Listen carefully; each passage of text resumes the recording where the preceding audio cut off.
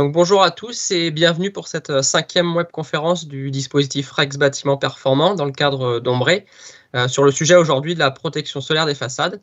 Et je suis avec Éloi Bernet, chargé de mission bâtiment durable du centre de ressources Quai-Bâti, qui vous présentera les enseignements sur ce sujet.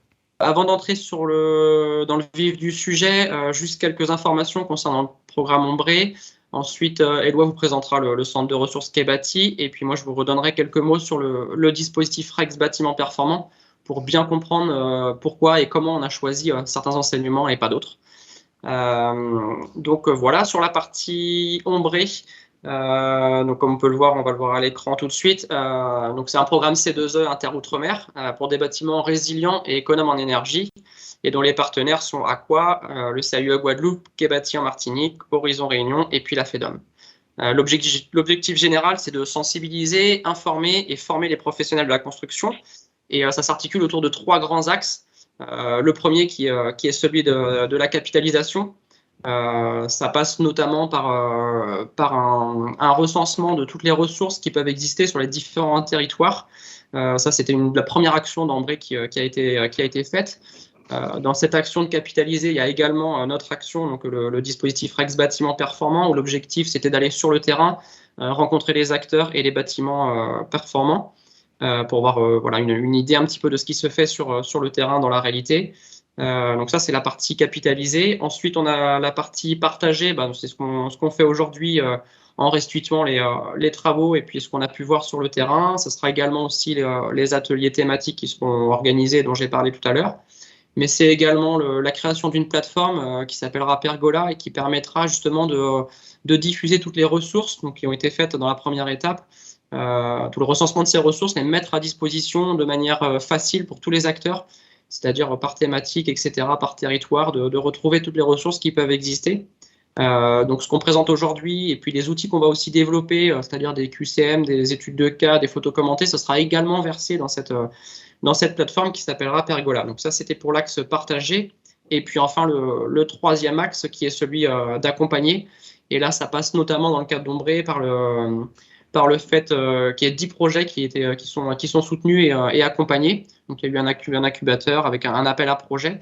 Donc, c'est des projets dont vous connaissez certainement les noms pour certains, comme Reban, Reducalor, Bière, Climater, etc. Et puis notamment Protex Solam aussi. Je ne peux plus ce nom en détail puisque c'est en lien avec notre thématique d'aujourd'hui. Donc c'est certes un projet qui se passe à La Réunion, donc qui est notamment sur de la création d'un outil pour le dimensionnement des protections solaires, mais il y aura certainement des enseignements qui seront à retenir pour les autres territoires. Donc voilà, ça c'est un des 10 projets qui sont accompagnés en ce moment. Voilà sur la partie Éloi, je te laisse peut-être donner quelques mots sur Quai-Bâti. Oui, très bien. Alors, bonjour à toutes et à tous. Je vais passer sur la petite diapo Quai-Bâti. Tout d'abord, je suis très content aujourd'hui de vous présenter un peu les résultats du travail qu'on mène depuis 1 an et demi en Martinique, et puis sur les autres territoires, parce que les enseignements que vous verrez aujourd'hui sont aussi issus des visites des autres territoires. Donc, un petit mot pour l'association Quai-Bâti. Donc, elle existe depuis 2018. Voilà, c'est un collectif de citoyens, de bénévoles qui l'a mise en place et qui a travaillé justement pour développer des partenariats qui existent donc depuis 2020. Donc, on est soutenu par le PTME, donc le Programme territorial de maîtrise de l'énergie de Martinique, en tant que centre de ressources bâtiments durables. Donc, le PTME, c'est les petits logos que vous voyez, ADEME, CTM, SMEM, EDF. On fait partie aussi du réseau bâtiments durables, comme Aqua en Guyane, par exemple. Et puis, on est aussi partenaire de Ombré et de la QC, donc avec notamment ce qu'on va vous présenter aujourd'hui, comme Aqua, SPL à La Réunion et le CAUE de Guadeloupe. Voilà. Et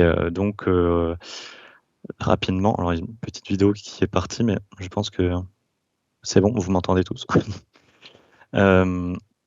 Donc, les 4 axes, on va dire, Ah oui, pardon, c'est un petit bug. Les 4 axes de développement de Quai-Bâti, donc ça va être voilà, développer, partager la connaissance, mettre en réseau les acteurs du territoire, que ce soit plutôt professionnel mais aussi grand public, créer des synergies, innover, rechercher, innover comme les appels, enfin les projets qui sont lauréats de l'appel à projet Ombré comme Coco et Reban, dont Samuel a un peu parlé tout à l'heure, et puis aussi interroger et soutenir. Donc là, on le voit dans les quelques photos qu'il y a à droite. Donc on fait des ateliers biomatériaux sur le terrain, des conférences comme celle avec Philippe Madec qu'on a eu la chance d'avoir, et puis aussi des visites de chantier où on essaie de mettre en avant des bâtiments voilà, avec une démarche durable, des biomatériaux, etc. Et reprendre la main juste quelques secondes sur la partie dispositif Rex bâtiment performant. Juste quelques rappels. Donc c'est un dispositif qui se déroule en 4 étapes. La première, c'est la réalisation d'audits sur le terrain. Donc je l'ai dit un petit peu tout à l'heure, mais on se fait accompagner par les acteurs du territoire, donc notamment Kebati par exemple en Martinique, qui ont une meilleure connaissance, qui ont une bonne connaissance de leur territoire pour trouver les opérations performantes et puis contacter les acteurs. L'objectif de cet audit, entre guillemets, c'est d'aller sur le terrain, de vraiment confronter la réalité, de rencontrer les acteurs de ces bâtiments pour vraiment avoir leur retour sur ce qui s'est bien passé, sur ce qui a peut-être moins bien fonctionné, ou aussi retour des usagers pour avoir un petit retour sur le confort, sur la vie du bâtiment. Donc ça, c'est la première étape. La seconde étape, c'est ce qu'on appelle la capitalisation. On a une base de données qu'on met à disposition donc des enquêteurs, puisque c'est le nom qu'on donne aux personnes sur les territoires qui vont visiter les bâtiments et rencontrer les acteurs. Donc, les enquêteurs ont cette base de données disponible où ils vont pouvoir saisir les différentes données du projet et puis surtout la partie qui nous intéresse, ce qu'on appelle les événements. Donc, tous les événements de bonne pratique ou de non-qualité qui ont été recensés, elles sont mises sur cette base de données. Donc il faut savoir que cette base de données, elle est anonyme, hein. Les projets ne sont pas disponibles, c'est anonymisé. S'il y a de la diffusion, c'est que sur une partie qui ne donne pas les informations sur la localisation du bâtiment, les acteurs, etc. Donc ça, c'est la partie capitalisation. Ensuite, la troisième partie, c'est l'analyse. Donc là, on va faire une étude ad hoc en fait en fonction des thématiques qui sont retenues. On va interroger la base de données sur cette thématique. Donc on a plusieurs moyens pour faire des requêtes sur cette base. Et l'objectif, donc, c'est que l'enquêteur qui a saisi ces données fasse cette requête sur ces bâtiments, mais également sur l'ensemble des bâtiments qui sont disponibles dans la base de données. Donc, c'est-à-dire, là, par exemple, dans le cadre d'Ombré, on a visité 83 bâtiments sur l'ensemble des territoires. Mais auparavant, on avait déjà mis ce dispositif à disposition d'autres enquêteurs sur des territoires métropolitains, mais aussi en Outre-mer. Donc, il y a beaucoup plus que les 80 bâtiments qui ont été visités pour cette session. Donc ça, c'est la partie analyse. Donc l'objectif, c'est de trier un petit peu les informations sur la thématique, de recenser toutes les bonnes pratiques, les non-qualités, voir un petit peu la récurrence, mais on travaille essentiellement sur le qualitatif et pas le quantitatif. Et ensuite, dans cette troisième partie analyse, on se fait accompagner d'experts de la thématique, donc architectes, bureaux d'études, etc., pour nous accompagner, pour avoir un regard critique sur ce qu'il y a dans la base, comprendre les phénomènes peut-être qui sont moins clairs, et puis de faire un tri surtout pour dégager les enseignements principaux. Nous, c'est comme ça qu'on arrive jusqu'au livrable, ce qu'on appelle les 12 enseignements clés. Ça ne veut pas dire qu'on s'arrête à ces 12 enseignements. S'il y a d'autres enseignements, on les traite d'autres manières. J'ai parlé tout à l'heure de photos commentées, d'études de cas, etc. Mais le premier objectif, en tout cas, c'est de hiérarchiser les enseignements et de sortir ce premier livrable. Donc c'est ce qui a été fait. Puis la quatrième étape, c'est celle d'aujourd'hui, hein, la mise à disposition des résultats. Donc ça démarre voilà, par cette présentation et puis au fil des semaines, la publication des rapports, des photos commentées et puis de donner accès à toute cette information sur différents supports. Donc il y aura Pergola qui va venir dans un second temps. En attendant, on a une mallette pédagogique du dispositif Rex Bâtiment Performant, où on va créer justement une entrée outre-mer également aussi pour faciliter la recherche des documents. Et puis après, tout ça sera centralisé sur Pergola. Voilà, sur le dispositif Rex Bâtiment Performant, donc voilà, avoir bien en tête que c'est du retour terrain. Donc on ne cherche pas à faire des guides exhaustifs sur des thématiques, c'est vraiment juste on va sur le terrain, on fait des constats, et à partir de ces constats, on tire des enseignements. Donc parfois, ça peut être des enseignements qui paraissent acquis par beaucoup d'acteurs, mais en fait sur le terrain, on se rend compte qu'il y a encore besoin de revenir sur certains dispositifs.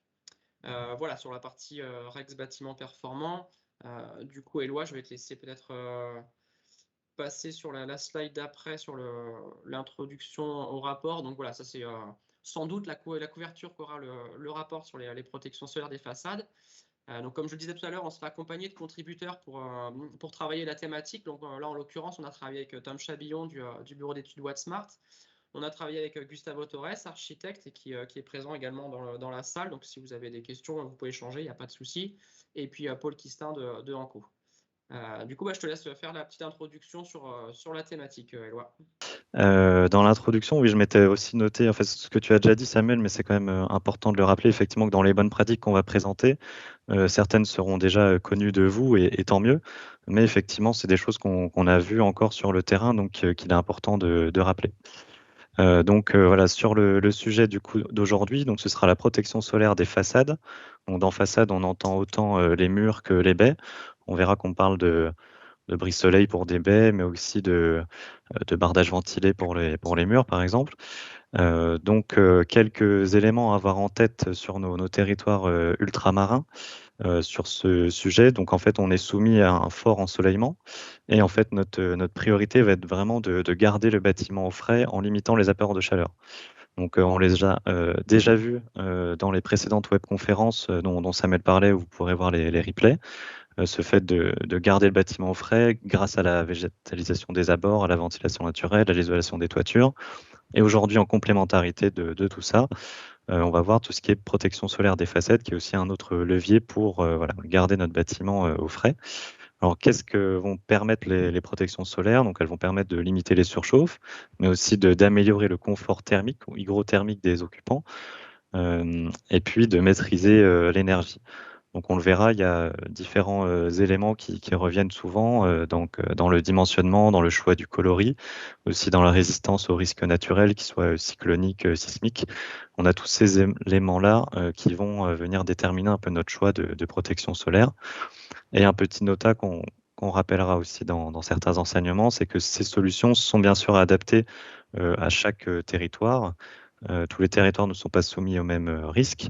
On va avoir un risque, par exemple, sismique et cyclonique aux Antilles. On n'aura pas forcément ces risques-là en Guyane, par exemple.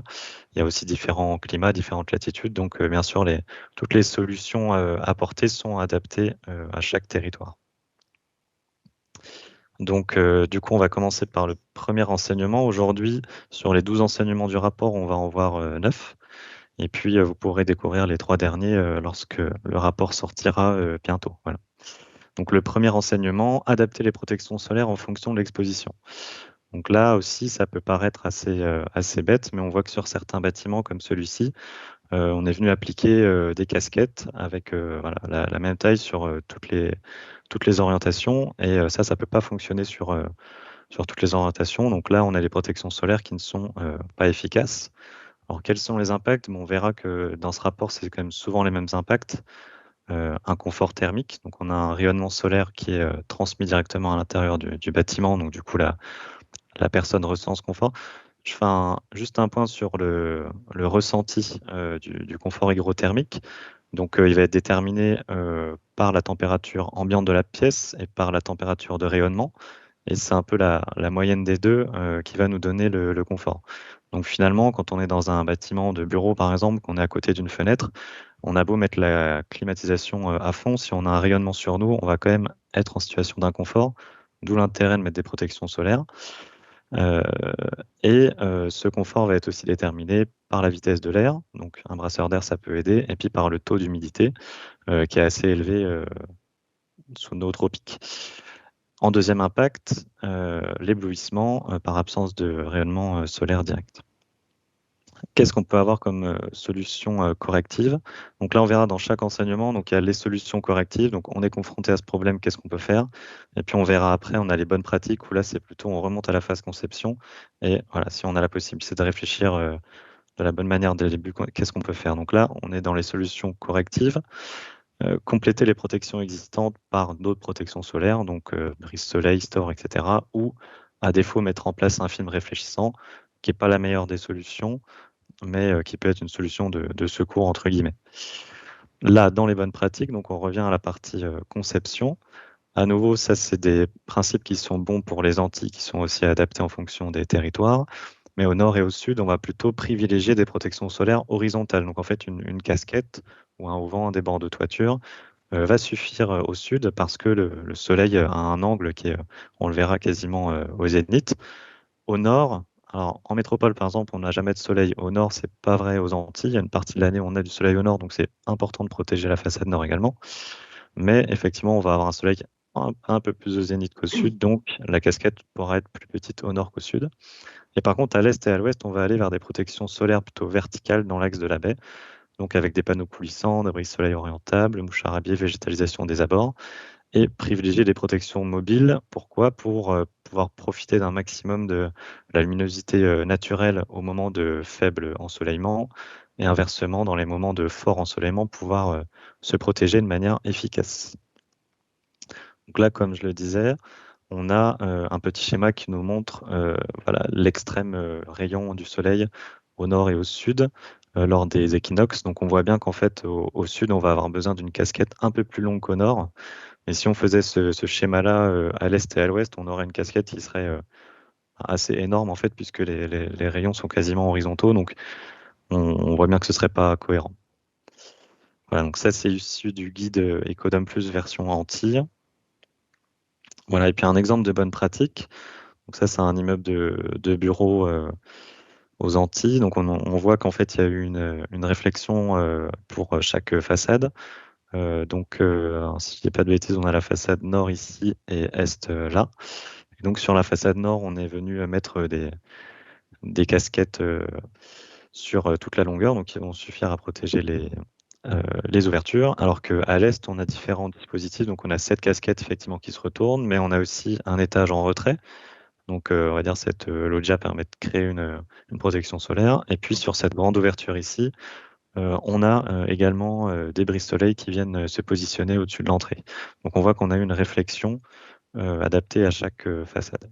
Ok, donc merci. Donc sur ce premier enseignement, on était vraiment sur la typologie des protections solaires, donc en fonction des expositions. Sur l'enseignement d'après, on est plutôt sur la question du dimensionnement et le fait d'ajuster le positionnement et le dimensionnement des brises soleil.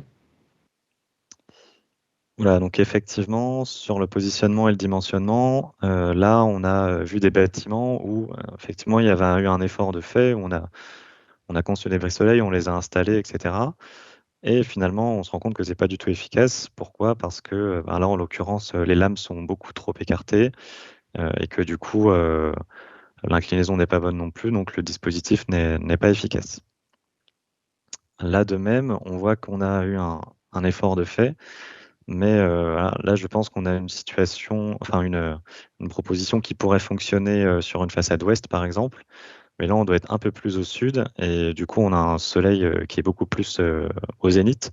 Et en fait, on le voit avec l'ombre portée des brises-soleil. Là, en fait, on aurait une petite casquette. Ça aurait suffi largement pour protéger ces fenêtres.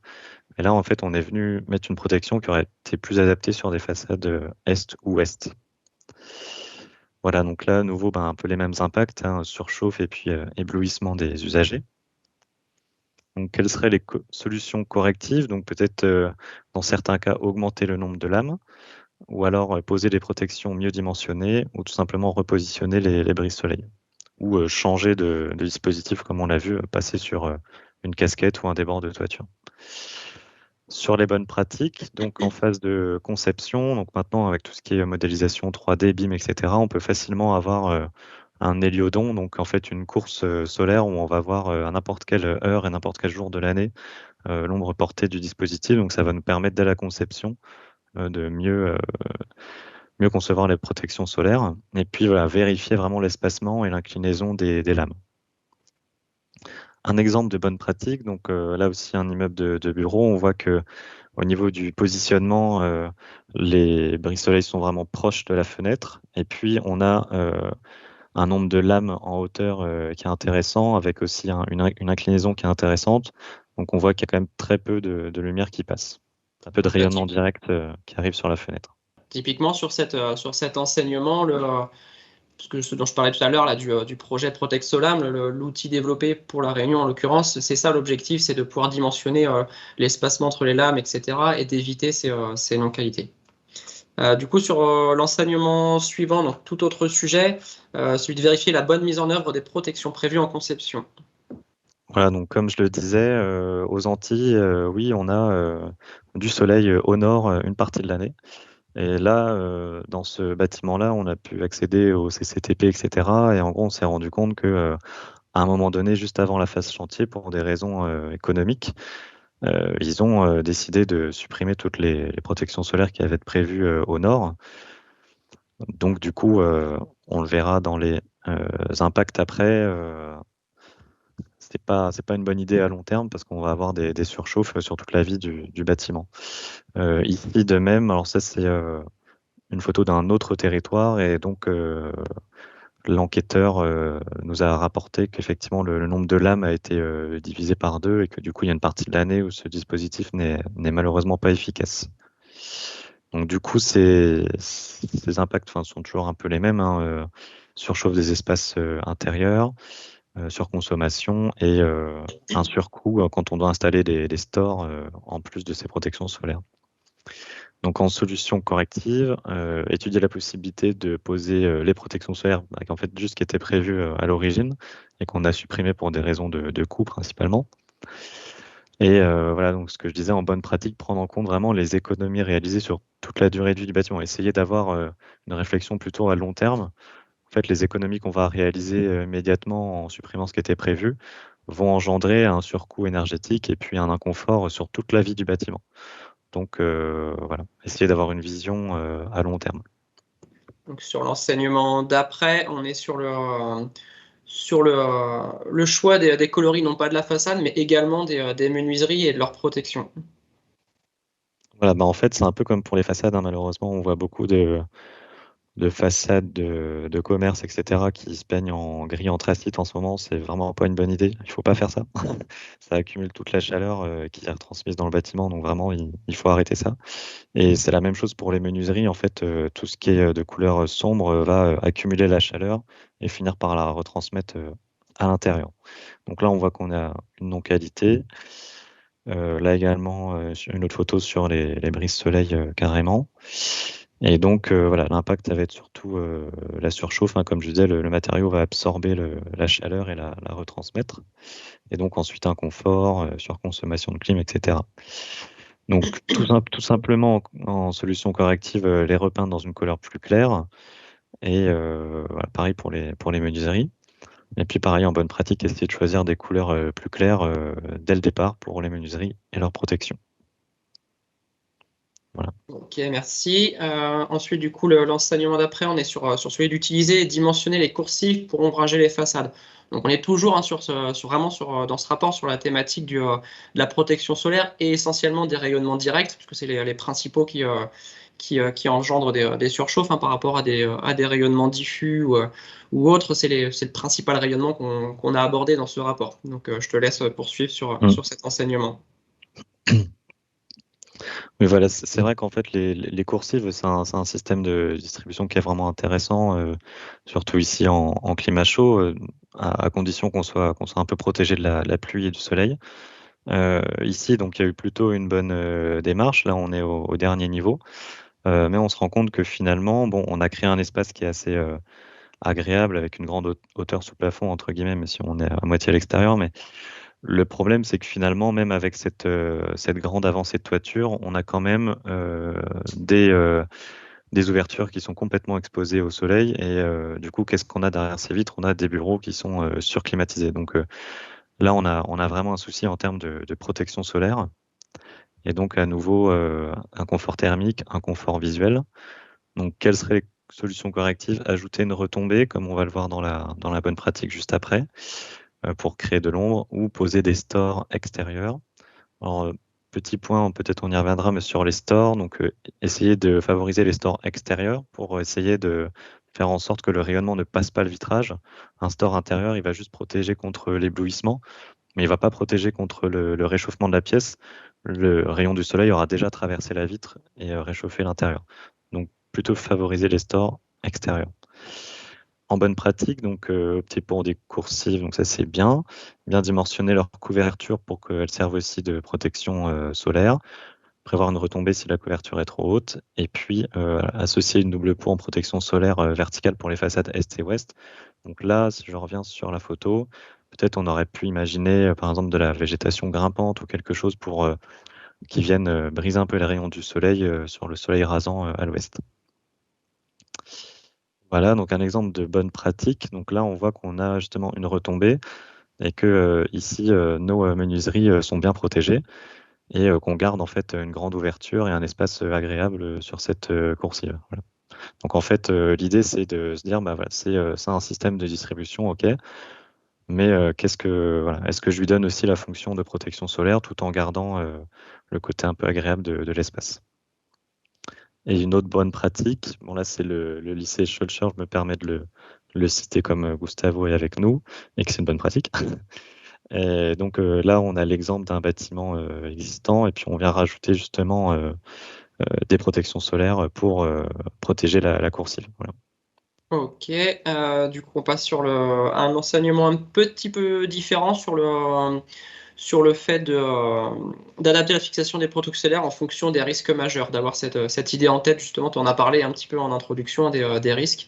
Justement, bah, par rapport aux protections, qu'est-ce qu'il peut y avoir comme risque?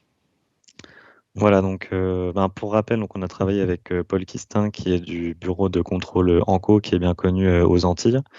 Et c'était intéressant d'avoir donc sa vision un peu alerte sur ces sujets-là et sur la résistance des protections solaires aux risques sismiques et cycloniques qui sont les principaux risques ici aux Antilles. Donc là, on peut voir sur ce bâtiment de bureau qu'en fait, ces brise-soleil ont été fixés directement sur la menuiserie. Et en fait, ça, c'est vraiment pas quelque chose à faire, parce qu'en fait, si avec le vent, les protections solaires s'arrachent, elles vont emporter la menuiserie avec elles.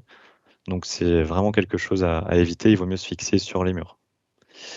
Là, on a un autre bâtiment de bureau également, où en fait, on a une fixation en console. Et on a quand même un élément qui est très très long. Et donc, en fait, en cas de vibration, de séisme ou de vent violent par un cyclone, on pourrait avoir un basculement et voilà, la partie haute qui se détache et qui pourrait tomber sur quelqu'un qui passe en bas. Donc voilà, éviter aussi les fixations comme ça en console d'éléments très longs. Donc là, comme on l'a dit, mon risque d'arrachement, risque de chute. Voilà, bon, les bonnes pratiques, j'en ai déjà un peu parlé.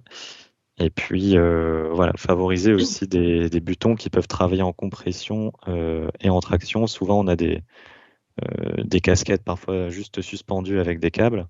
En fait, le moment où elle va se soulever, elle risque de se détacher. Donc, essayer d'avoir des éléments de fixation assez solides. Et donc, en bonne pratique, calculer ça avec des calculs au vent, calculer l'arrachement. Donc ne pas se fixer directement sur la menuiserie et puis favoriser ce qui est plutôt léger et surtout vérifier la mise en œuvre et les fixations sur le chantier. Ça c'est important aussi parce que même si on a bien conçu la chose, il faut vérifier qu'elle a été bien mise en œuvre. Ok, alors sur l'enseignement suivant que tu vas nous présenter, là on est sur un sujet d'interaction. Alors c'est souvent le cas sur les protections solaires, etc. Donc l'interaction protection solaire et lumière naturelle. Ouais, on en avait déjà un peu parlé avec les protections à l'est et à l'ouest qu'on voudrait mobiles pour effectivement favoriser la lumière naturelle au moins une partie de la journée. Donc là, on peut voir qu'on a plutôt un treillis métallique, enfin en métal déployé, donc on a quelque chose d'assez dense.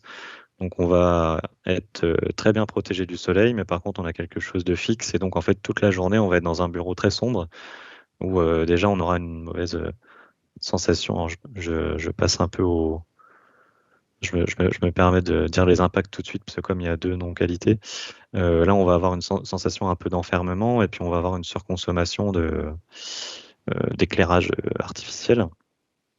Et ici, pareil, un immeuble de bureau. Donc, alors là, on a un patio avec une toile tendue aux motifs végétaux, etc. Donc, c'est très joli. Mais en fait, on a quand même. Donc, c'est une toile qui est micro-perforée. Mais bon, elle protège tellement bien du soleil que derrière, c'est quand même assez sombre. Alors, effectivement, ça, c'était un immeuble de bureau. On avait besoin de confidentialité, etc. dans certains bureaux. Donc, ça peut être bien d'un point de vue intimité des espaces.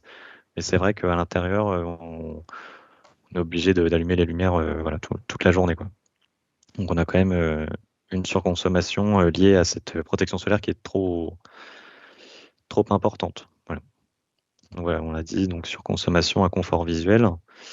En bonne pratique, donc on peut réaliser des études d'éclairement naturel, opter pour des protections solaires mobiles ou mieux dimensionnées, privilégier des petites casquettes quand c'est adapté, donc au nord et au sud, et puis envisager des apports de lumière naturelle autres, donc patio ou menuiserie dans des façades opposées.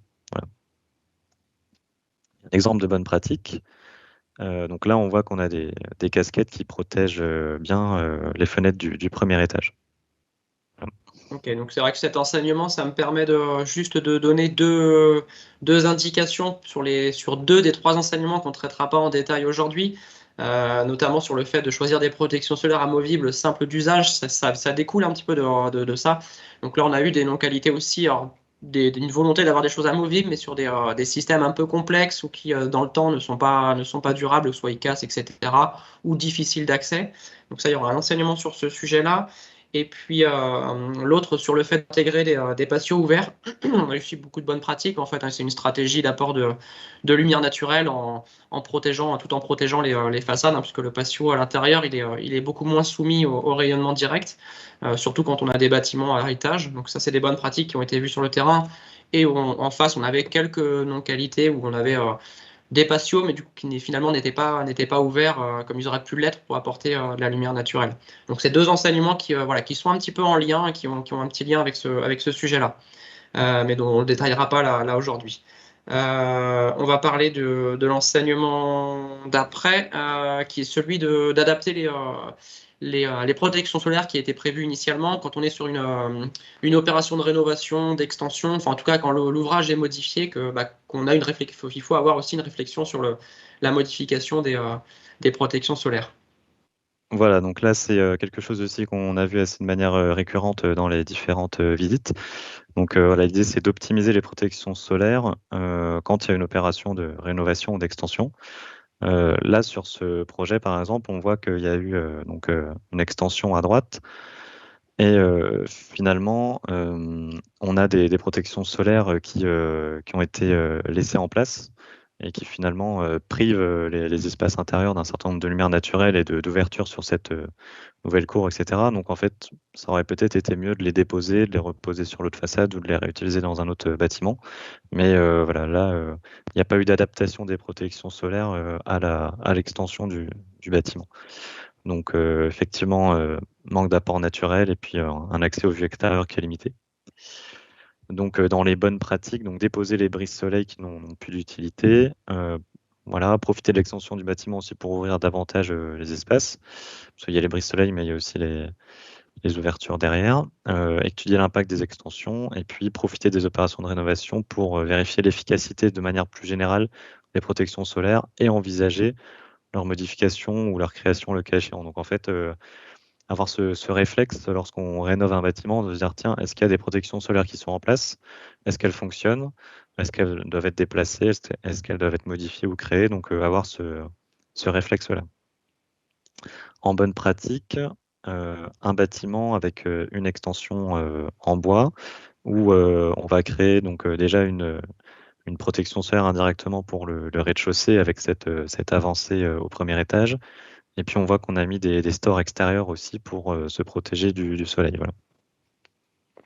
Là aussi, sur ce bâtiment qui a été complètement rénové, donc l'architecte a décidé de mettre une toiture plutôt traditionnelle, mais avec un débord de toiture qui permet là aussi de venir protéger la façade.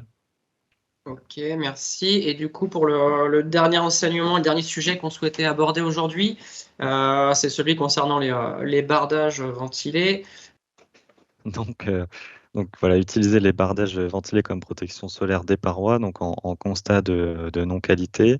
Là, on voit qu'on a un bâtiment où bon, clairement le bardage, alors non seulement il n'est pas là pour des raisons thermiques, mais bon, il n'est pas vraiment là pour protéger le mur non plus. On voit que c'est purement esthétique, alors, ce qui peut être bien. Hein, je ne vais pas remettre en cause l'esthétique du projet, mais là, c'est vrai que c'est un peu dommage de manière générale de poser des bardages sous nos climats et de ne pas en profiter pour créer des bardages ventilés et une protection solaire.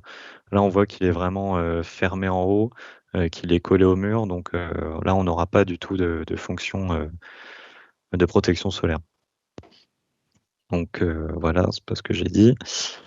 Donc en solution corrective, étudier la possibilité de créer des passages d'air quand même en partie basse et haute, et vérifier que la lame d'air est continue. Donc éviter d'avoir des tasseaux horizontaux, plutôt favoriser les verticaux. Donc en bonne pratique, donc ventiler systématiquement les bardages en assurant un passage de l'air continu depuis la partie basse jusqu'en haut, éviter les tasseaux horizontaux, et puis augmenter l'épaisseur de la lame d'air pour accentuer l'évacuation des calories. Donc là, on a un exemple de bonne pratique. On voit qu'on a un espacement suffisant, qu'on a une ouverture et puis qu'on a une grille anti-rongeur. Voilà. Et là, un petit schéma qui est tiré de la fiche d'application RTA DOM qui nous montre bien donc, les 3% d'ouverture nécessaires en bas, au milieu et en haut pour avoir voilà, cet air chaud qui monte et puis qui vient balayer le mur et évacuer la chaleur. Ok. Du coup, juste pour amener quelques éléments génériques sur le sujet également, donc je l'ai dit plusieurs fois et Eloi également, donc on a l'objectif de ce travail, c'était vraiment de voir ce qu'il en était sur la partie protection solaire. On avait protection solaire et puis on pouvait aussi aller sur le sujet d'isolation des parois ou la composition des parois, qui est un sujet qui avait été aussi traité. On retrouvait pas mal d'enseignements dans le guide GPTO qui avait été fait durant le programme Pacte et qui a été publié en 2019. Je vous remettrai aussi le lien en fin de conversation. Donc c'est vraiment un guide qui parlait essentiellement d'isolation et de la composition des parois, mais dedans vous avez un petit mémo quand même sur le rayonnement solaire et justement ce qu'on disait tout à l'heure, l'impact du rayonnement direct par rapport au diffus et indirect. Donc là, nous, on avait vraiment fait ce choix parce que ça a été remonté notamment aussi sur les dernières tables rondes en fin 2019 de Bâti Solide, justement sur ce sujet des protections solaires qui n'étaient pas suffisamment mis sur le devant par rapport à l'efficacité qu'ils pouvaient avoir. Donc voilà, je vais vous mettre les liens dans la conversation sur ces deux documents qui me semblent intéressants, soit en introduction ou soit en compréhension générale du pourquoi on a choisi ce sujet-là.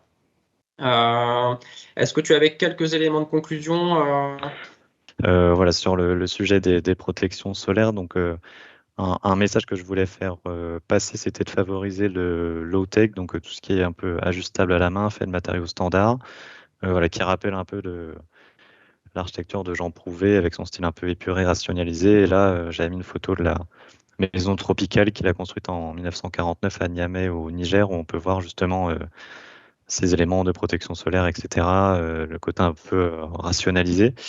Et on le verra aussi dans les prochaines vidéos. Donc, on essaiera aussi de vous montrer des choses qu'on a vues sur le terrain aujourd'hui, et notamment des brise-soleil orientables où, voilà, avec très peu de moyens et très peu d'entretien, c'est un bâtiment qui avait déjà 20 ans. On arrive à avoir des choses très intéressantes et qui permettent aussi à l'usager de s'approprier le bâtiment et qui évitent trop de maintenance et trop de complexité à retrouver les bonnes pièces, etc., comparé à des solutions peut-être trop technologiques. Voilà, c'était un peu le message que je voulais faire passer. Je reviens sur la vidéo. Ouais, donc tu as parlé de vidéo et on en avait parlé aussi en introduction dans le cadre de Ombré sur cette action. On multiplie un petit peu les supports. L'objectif, c'est de sensibiliser, de diffuser des différents supports. Donc là, on a un format webconférence, il y aura le format du coup rapport, un format papier. Et du coup, on aura aussi des formats tutos qui sont des formats beaucoup plus courts, des petites vidéos simples, mais qui sont très faciles à diffuser sur les réseaux sociaux ou même à intégrer à un cours pour les enseignants, les formateurs. Du coup, l'idée, c'est de décliner 3 ou 4 enseignements sur chaque rapport sous ce format-là. Rafraîchissement en ventilation naturelle. Tenir compte du couple usage, mode de rafraîchissement dans l'organisation intérieure de l'ouvrage. La présence de poussière, d'humidité et d'embrun dans l'air n'est pas propice à la ventilation naturelle de certains espaces de stockage de matériaux sensibles, comme les bibliothèques, les salles des archives ou autres espaces à activité spécifique. L'environnement humide et salin contribue à détériorer les ouvrages en papier. Le sel, rendant l'humidité plus corrosive, et la présence de poussière nuisent aux conditions de propreté spécifiques. Les bonnes pratiques du dispositif REX bâtiment performant. Interroger le recours à la climatisation au regard des différents usages au sein du bâtiment et identifier les usages sensibles. En cas de mixité des espaces au sein d'un même bâtiment, recourir au zonage intérieur afin de regrouper les espaces climatisés pour limiter les déperditions de froid et optimiser les réseaux. Pour ces espaces climatisés, adapter l'isolation et l'étanchéité à l'air des parois et des menuiseries. Enfin, pour les espaces mixtes, prévoir des menuiseries étanches et réversibles adaptées à la climatisation et à la ventilation naturelle.